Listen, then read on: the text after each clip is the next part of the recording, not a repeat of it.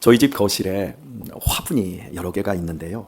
그 화분 중에 우리 전종호 집사님께서 당신 집에서 주신 파 뿌리와 또 부추, 이걸 좀 옮겨 심은 게 있습니다. 그리고 고추는 1년생 식물이 아니라 그건 나무로도 자라납니다. 그래서 한 해 농사 지은 걸 중간을 다 끊고 순이 나오면 그걸 실내에 두면 겨울에 화분을 관리 잘 해주면 거기에서 고추도 따먹을 수 있고, 부추도 자라나면 베어서 요리해 먹을 수 있고, 또 쪽파도 가위로 잘라서 먹고 나면 계속해서 자란다. 그래서 한 달 전에 선물로 저에게 주셨어요. 그리고 한 열흘 정도 있다가 목사님, 비닐이도 씌워야 됩니다 하고 커다란 비닐 3개를 비닐을 주셔서 제가 그걸 씌워놨는데요.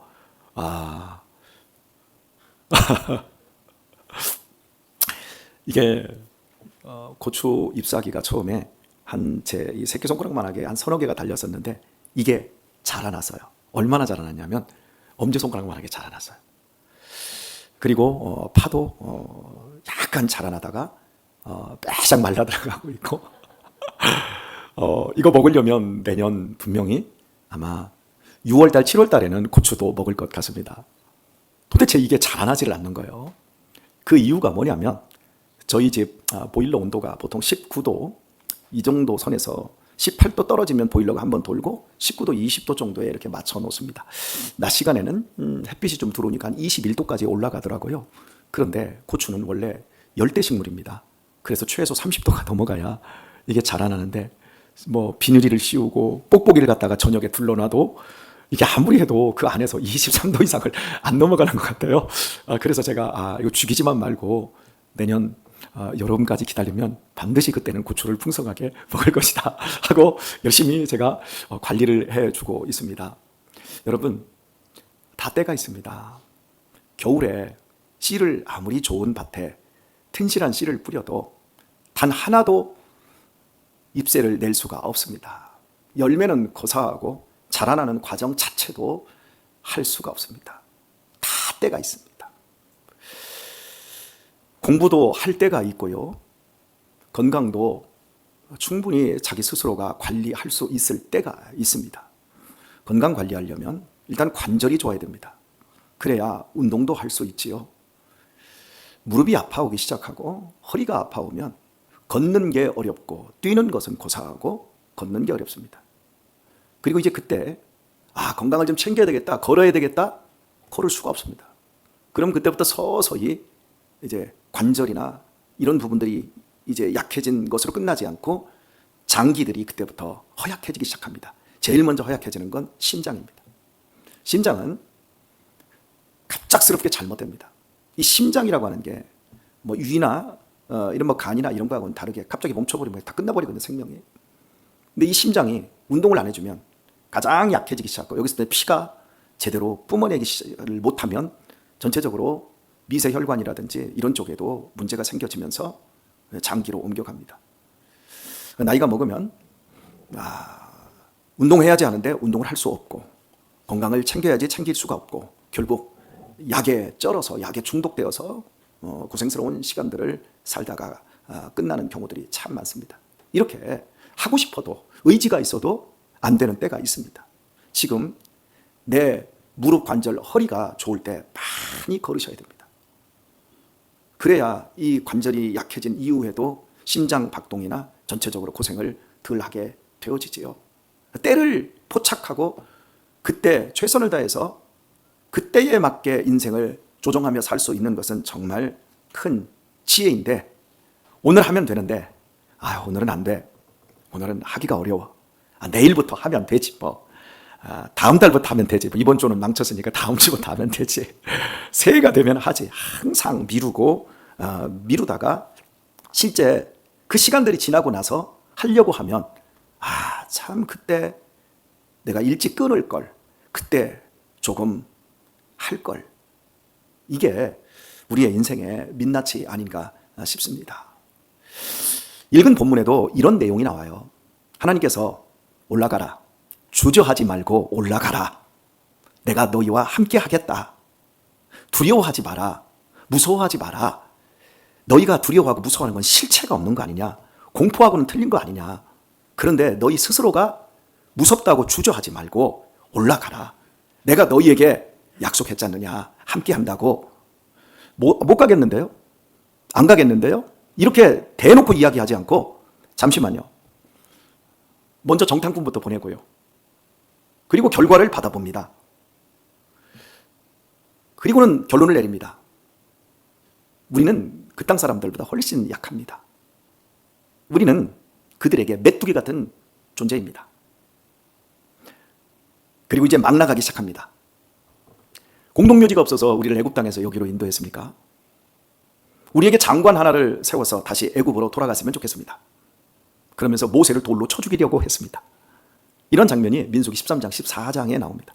그리고 오늘 신명기 1장에서 보고 있는 것은 40년 전을 회고하면서 그때 이스라엘 백성들이 왜 가나안 땅에 입성하지 못하고 광야에서 40년을 보냈는가에 대해서 말하고 있는 본문입니다. 그래서 하나님께서 그래, 그럼 너희들 가지 마라. 올라가지 마라. 오늘 읽은 본문에서 참 기가 막힌 말씀을 합니다.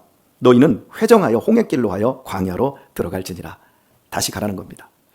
자, 여러분, 이스라엘 백성들이 처음 그 광야 여정을 시작한 그 장소 첫 출발지가 라암셋입니다. 라암셋. 이집트의 라암셋에서 홍해길이 있고 밑에 쪽에는 왕의 대로가 있습니다. 홍해길로 해서 그 가나안 땅까지 요단을 건너는 데까지는 대략 혼자 몸으로 움직였을 때는 보통 한 일주일이면 간다고 하는 사람도 있고요. 근데 실제로 안 가봤으니까 잘 모르겠습니다만은 대략 한 3일 정도를 봅니다. 지금 거기까지 와 있는 거예요. 그런데 못 간다고 아우성치고 원망하니까 하나님께서 그래, 가지 마라. 자, 회정해라. 뒤로 돌아라. 다시 그 길로 가. 그래서 이스라엘 백성들이 광야 이제 출애굽 여정을 이렇게 지도에 표시를 해보면 갔다가 이렇게 갔다가 다시 앞으로 갔다가 뒤로 갔다가 가기는 가야 되는데 계속해서 가지 못하고 왔다 갔다 하다가 40년째 다시 원점 그 자리로 지금 온 거예요. 그리고 예전에 왜 우리 조상들이 40년 전에 이렇게 뒤로 갔다가 뺑뺑이만 돌다가 이 원점에 와 있느냐? 13일이면 갈 수 있었는데 왜 40년이 되었는데 우리는 왜 여기에 있느냐? 못 건너가고. 그 지금 말을 해주고 있는 거예요. 너희는 회정하여 홍해길로 하여 광야로 들어갈지니라 말씀합니다. 그러자 이스라엘 백성들이 대답합니다. 우리가 하나님께 범죄했습니다. 우리 하나님께서 우리에게 명령하신 대로 우리가 올라가서 싸우겠습니다 하고 각각 병기를 들고 경솔히 산지로 올라가려고 합니다. 여러분, 이 모습을 보면 순종하는 거잖아요. 처음에 하나님께서 야 올라가라 그렇게 말했는데 못 올라가겠습니다. 그렇게 그들이 원망하고 아우성치고 모세를 죽이려고까지 했습니다. 우린 광야에서 다 죽을 것이다. 그래서 하나님께서 화를 내시면서 그래 가지마. 자 뒤로 돌아. 다시 홍해길로 너희들 온 길 그대로 뒤로 가. 광야로 들어가. 그 말을 듣자마자 우리가 잘못했습니다. 하나님 우리가 올라가서 싸우겠습니다. 그래서 병장기를 들고 그들이 올라가려고 합니다. 그러자 하나님께서 말씀합니다. 너는 그들에게 이르기를 모세에게 말했어요. 너는 그들에게 이르기를 너희는 올라가지 말라. 싸우지도 말라. 내가 너희 중에 있지 아니하니 너희가 대적에게 패할까노라 하셨다 하라 하시기로 내가 너희에게 고하였으나 모세가 말을 받아서 백성에게 말해줍니다. 너희가 듣지 아니하고 여호와의 명을 거역하고 천천히 산지로 올라가면 그냥 개떼처럼 올라가 버린 거예요. 올라가기만 하면 된다는 거예요. 보통 이 군대가 출동을 하게 되면 대형이라는 게 진이라는 게 있어요. 그런데 그냥 올라가는 거예요. 이 표현을 제가 사사기 표현으로 바꾸면 자기 소견에 오른 대로 그냥 해버리는 거예요. 원래 하나님이 올라가라고 했으니까 그냥 올라가면 된다. 막 자기 마음대로 올라가고 싶은 쪽에서 그냥 다 같이 올라가 버리는 거예요. 그러자 44절을 보면 그 산지에 거하는 아모리 족속이 너희를 마주 나와서 벌떼같이 너희를 쫓아 세일산에서 쳐서 호르마까지 미친지라 말씀합니다. 여러분 벌에게 한번 쫓겨보셨습니까? 그런 것도 안 해보시고 어떻게 인생을 사셨어요? 벌집 한번 건드려 보세요. 벌떼가 한번 달려들면 정말 쑥대밭됩니다. 제가 어린 시절에 학교를 가다가 저희 동네에서 밖으로 나가려면 성황당 고개를 넘어가야 됩니다. 근데 성황당 고개 바로 성황나무가 있는 그 밑쪽에 그 말벌집이 크게 땅속에 이렇게 있었어요. 거기를 지나가면 말벌들이 윙윙거리고 있습니다. 그런데 어린 시절에 얼마나 개구셨던지 이제 거기 가다 보면 돌멩이를 한 번씩 툭 던지고 가는 거예요. 던지고 팍 도망가면 딱 던지면 벌들이 확 나옵니다. 그 누가 던졌나 이제 쫓아오려고 하죠. 그러면 납작 엎드려 저쪽 도망가 있습니다. 근데 뒤쪽에 여자아이들이 한 3명이 뒤쪽에 따라오고 있었고, 저하고 개구진 친구 하나가 이제 앞에 가다가 그걸 벌집에 돌을 던졌는데, 그날따라 벌집에 정확하게 맞은 거예요. 말벌들이, 장수말벌 이만한 것들이 비상이 걸렸습니다. 그리고 탁 하고 떨어진 그 한쪽 한 부분이 떨어져 나오면서 딱 하고 떨어져 나오는데, 언덕길에서 밑쪽으로 주르르 내려가는데 그 여자아이들이 있는 쪽으로 그 벌집이 굴러가면서 애벌레가 바닥에 떨어지고 난리가 나버린 겁니다. 그랬더니 우리는 벌집을 건드리려고 저쪽으로 도망쳤고, 이 벌집이 우리 여자아이들 쪽으로 굴러갔습니다. 아이들 쪽으로 벌떼가 달려들어서 온 얼굴이고 몸뚱이고 그 노출된 공간들은 모두 벌침으로 나와서, 걔네들은 신경통은 안 걸릴 것 같아요.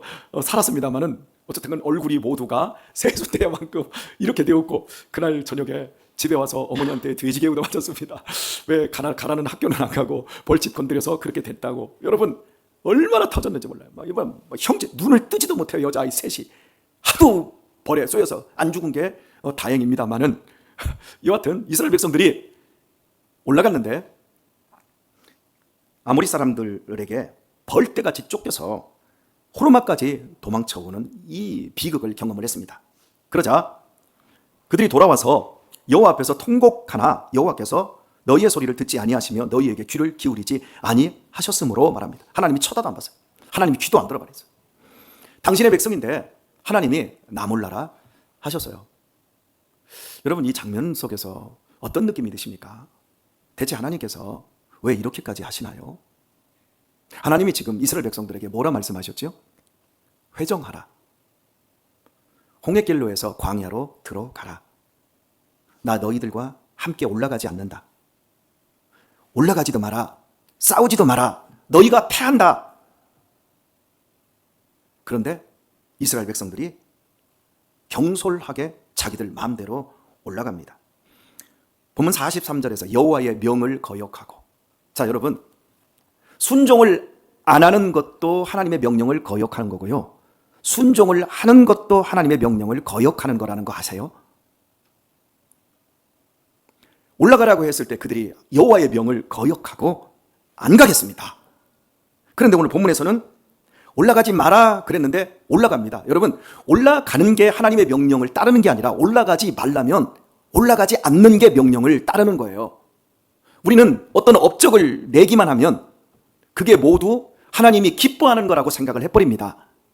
하나님은 우리에게 업적을 내는 그걸 우리에게 요구하지 않습니다. 교회를 크게 지으면, 많은 사람들이 교회에 오면, 그래서 교회의 규모나 조직이 더 커지면 하나님이 기뻐할 거라고 생각을 합니다. 성경에 그런 내용이 단 한 군데도 없습니다. 그런데 우리는 그렇게 생각을 합니다. 심지어 예수님은 100마리의 양이 있는데 그 중에 한 마리를 내가 잊어버렸다? 내가 어떻게 할 것 같으니? 99마리의 양은 그대로 두고 그 한 마리를 찾아 목자가 떠납니다. 그리고 그 한 마리의 양을 찾으면 어깨에 메고 와서 온 동네 사람들을 불러서 함께 행복의 잔치를 하겠다고 말씀을 하십니다. 작은 것에 충성하는 자에게 큰 것도 맡겨주신다고 합니다.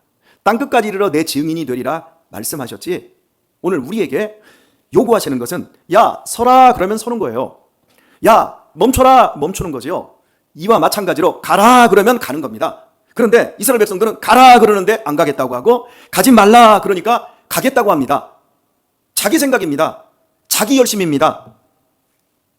노력만 해서 성과만 보이고 과정만 하나님 앞에 우리가 이렇게 보여주기만 하면 하나님이 기뻐하시지요? 아니요. 핵심이 뭐냐면 내가 함께 하지 않겠다는 거예요. 처음에는 내가 함께 하겠다는 거고, 오늘 이 본문에서도 나는 올라가지 않는다. 내가 너희들과 함께 하지 않는다. 그러니 가지 마라. 그런데 아니, 하나님이 함께하든 함께하지 않든 우리는 하나님의 백성이니까 원래대로 올라가서 싸워서 이 싸움의 전적을 올려서 하나님께 바치겠습니다. 하나님과는 아무런 상관없이 하나님과 동행하지 않고 그냥 가버리는 거예요. 근데 하나님께서는 이들에게 광야로 가라고 했잖아요. 홍해길로 해서 광야로 가라. 하나님이 그 길에서 함께 하겠다라는 거예요. 여러분, 핵심이 그겁니다. 우리의 삶이 아무리 대단하고 아무리 훌륭해 보여도 하나님이 함께 하지 않으면 하나님을 거역하는 겁니다. 하나님이 함께하면 그 길이 광야라 할지라도 축복의 길입니다. 때를 놓치면 안 됩니다. 지금은 일해야 될 때면 일을 해야 됩니다. 지금은 자야 될 때면 자야 됩니다. 지금은 쉬어야 될 때면 쉬어야 됩니다. 우리에게 안식일을 주신 이유는 쉬라는 거예요. 그게 너한테 딱 맞는 길이라는 거예요. 그게 너한테 최고의 축복이라는 거예요. 예배하는 것이야말로 너의 업무와 너의 사업의 발전보다 지금 이 시간, 내가 너와 함께하는 이 시간이 너한테 가장 소중하고 복된 시간이라는 거예요. 그런데 그 시간에는 일하러 가요. 그리고 목사님 설교만 들으면 되죠 뭐. 나중에 유튜브에 올리시잖아요. 여러분, 예배와 목사의 설교와 무슨 상관이 있는데요? 여러분이 제 마음 흡족하기 위해서, 제 설교 듣기 위해서 주일에 여기 앉아 계십니까? 아니요. 하나님께 예배하기 위해서, 하나님께 최고의 서비스를 드리기 위해서 여러분이 앉아 계신 거예요. 그런데 예배할 때는 예배를 안 하고 막 봉사활동하러 다니는 거예요. 막 여기저기 다니고 막 돈 벌러 다니는 거예요. 그러면서 하는 말, 이따 저녁에 가서 목사님 설교 들을게요. 그러면 목사는 예, 알겠습니다 해야지 어떻게 해요. 그런데 본질을 생각을 하시란 말이에요. 하나님이 지금은 예배해야 될 때 그러면 예배하는 거예요. 지금은 봉사해야 될 때 그러면 봉사하는 거예요. 그런데 예배해야 될 때는 봉사하고 봉사해야 될 때는 예배하고, 그러면 나중에 기회를 다 놓쳐요. 하나님이 함께 하지 않아요. 여러분, 광야로 빽한 게 이스라엘 백성들에게 불행한 것으로 보이지 않습니까? 근데 그건 불행이 아니에요. 왜? 하나님이 광야에 함께 하셨잖아요. 40년 동안 이스라엘 백성들에게 하나님이 어떻게 하셨죠? 낮에는 구름 기둥과 밤에는 불 기둥으로 그들을 지켜주셨지요. 메추라기 떼를 몰아다 고기를 실컷 먹게 해주셨지요. 반석에서 물 나와 생수를 마시게 해주셨지요. 무엇보다도 새벽마다 일용할 양식인 만나를 내려주셨습니다. 이스라엘 백성들이 하는 일은 예배만 하면 됩니다. 우리 노동민 집사님, 우리 최종국 집사님, 광야 생활이 좋겠어요? 가나안 땅에 들어가는 게 좋겠어요? 자, 현실적으로 비교를 해줄게요. 가나안 땅에 들어가면 이제부터는 피 흘리며 싸워야 됩니다. 13일이면 가나안 땅을 갈 수 있는데 요단강을 딱 건nom과 동시에 만나가 끊기고 구름기둥과 불기둥이 사라져버려요. 더 이상 매출하기도 없어요. 광야에 있을 때는 직장 생활이 필요가 없어요. 먹을 거 주거든. 하나님이 날마다 먹여주시고 신발도 닳지 않게 하시고 옷도 해지지 않도록 40년 동안 하나님이 주권적으로 이스라엘 백성들의 모든 걸 지켜주셨어요. 모든 걸 다 해결해 주셨어요. 그런데 요단강을 딱 넘자마자 만나가 딱 그치고 그 땅의 소산을 먹는과 동시에 모든 보여지는 은혜가 다 사라져버렸어요. 이제는 우리가 믿음으로 이 땅을 정복해야 된다. 그래서 여호수아와 함께 담대하라, 강하고 담대하라, 너희가 밟는 모든 땅을 내가 너와 너의 후손에게 주겠다. 그러면서 전진, 오늘도 싸우고 내일도 싸우고 계속해서 싸움만 합니다. 자, 노동민 집사님, 우리 아버지니까 최종옥 집사님 40년 휴가 받으면서 하나님께서 우리 가족 다 지켜주시고 잘 자라게 하시고 풍성하게 하시고 40년 좋은 경치 좋은 곳에 가서 일도 안 하고 가족들하고 행복하게 40년 동안 믿음의 훈련하면서 사는 게 좋겠어요? 지금처럼 새벽에 일어나서 기도하고 오늘 또 회사에 가서 돈 벌기 위해서 그 험한 상황 속에서 싸우면서 사는 게 낫겠어요? 여러분, 휴가 받는 게 좋지 않나요? 여러분들이 싸우는 그 현장에 하나님은 없고 여러분 혼자 분토하며 온갖 치욕과 더럽고 안 입고 치사한 것, 내가 당장 사표 한 딱 집어 던지면서 부장의 얼굴에, 이사의 얼굴에 침 한번 탁 뱉어버리고 멋지게 나와서 내가 니까짓 거 아니면 먹고 못 살 줄 알아? 하면서 그냥 다 내려치고 손 딱 끊고 멋지게 털고 나오고 싶은 유혹이 수도 없이 많았을 텐데 그렇게 해요, 안 해요? 목구멍이 보도청이라 먹고 살아야 되고 자식들 처자식이 있고 부모 형제가 있고, 그래서 여러분이 하루하루 버티는 그 삶, 그래서 깨지고 벌떼처럼 막 쏘여가지고 여기 쏘이고 저기 쏘이고 아프고 욱신거리고 마음은 깨지고 부서지고 그렇게 전쟁터에서 사는 게 좋겠어요? 하나님께서 원망하고 불평하고 못하겠다고 해서 그래 그럼 못하니? 여전히 하나님은 그들을 사랑하셔서 자, 회정해라, 광야길로 홍해길로 해서 광야로 들어가자. 하나님이 40년의 세월 동안 그들에게 휴가를 주시면서 예배 훈련, 하나님과 함께하는 그 훈련을, 그 시간을 시켜주시겠다는 거예요. 어느 쪽으로 가야 여러분 좋겠어요? 휴가가 좋지 않나요? 저는 솔직하게 광야 생활이 더 좋아요. 여러분, 광야에서는 하나님이 전적으로 모든 걸 다 책임져 주셨잖아요. 이스라엘 백성들의 역사 속에서 40년은요, 여러분, 이스라엘 가나안 땅에 들어와서 살아온 400년, 500년보다 훨씬 그들이 행복하고 보여지는 은혜를 누리는 복된 시간 아니었습니까? 그런데 그게 싫다는 거예요. 그리고 자기들 멋대로 하나님의 명을 거역하고, 하나님이 함께 하든 말든 간에 우리는 하나님 앞에 업적과 전적을 하나님 앞에 가져다 바치겠습니다. 우리끼리 해결하겠습니다. 하나님 가만히 계세요. 그러다가 그냥 아모리 족속에게 벌떼처럼 공격받고 깨지고 울면서 하나님 앞에 이러시깁니까? 그래서 하나님이 귀뚱해도 그들의 소리를 듣지 않았다고 말하고 있습니다. 오늘 말씀 맺겠습니다. 일할 수 있을 때 많이 일하시길 바랍니다. 봉사할 수 있을 때 많이 봉사하시길 바랍니다. 무릎 관절 좋을 때, 근력 좋고 힘 좋을 때 여러분 남은 시간들을 얼마 안 남았는데 그때 잘 할 수 있길 바랍니다. 조금 있으면 광야로 들어가야 됩니다. 아무것도 못하고 날마다 요양원에서 주는 만나를 먹고 이런 시간이 얼마 남지 않았습니다.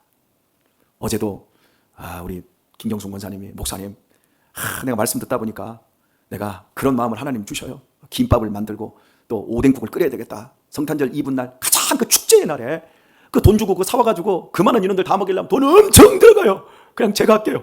힘들어 죽겠지만 그래도 할게요. 하나님이 그 마음 주셔서 할게요. 그래서 관두지 마세요. 그러면서 나는 시킬 수가 없어요. 너무 미안해서.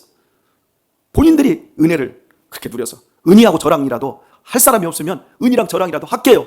왜 할 사람이 없겠어요? 병이 누나도 있고 정숙이 누나도 있고 병순이 누나도 있고 명자 누나도 있고 다 있는데 이 사람 저 사람 다 할 텐데요. 여러분 내일 김밥들 그러니까 올리니까 다 먹는데 여러분 이게 얼마나 아름다운 일이에요. 하나님께서 함께 하시니까 마음에 감동 담아 주실 때 그때 순종하면 무릎도 좋아지고 눈도 좋아지고 마음도 좋아지고 나중에 광야로 들어가는 날 하나님께서 최고의 좋은 광야로 인도해 주실 것입니다.